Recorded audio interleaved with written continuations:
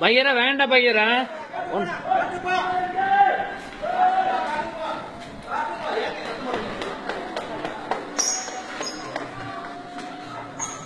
ஐயோ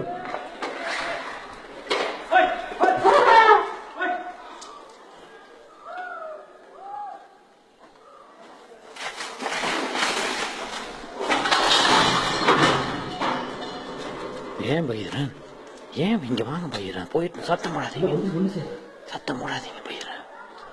பையன் அவன் பரவாயில்ல, விட்டுருவான் பையரன்,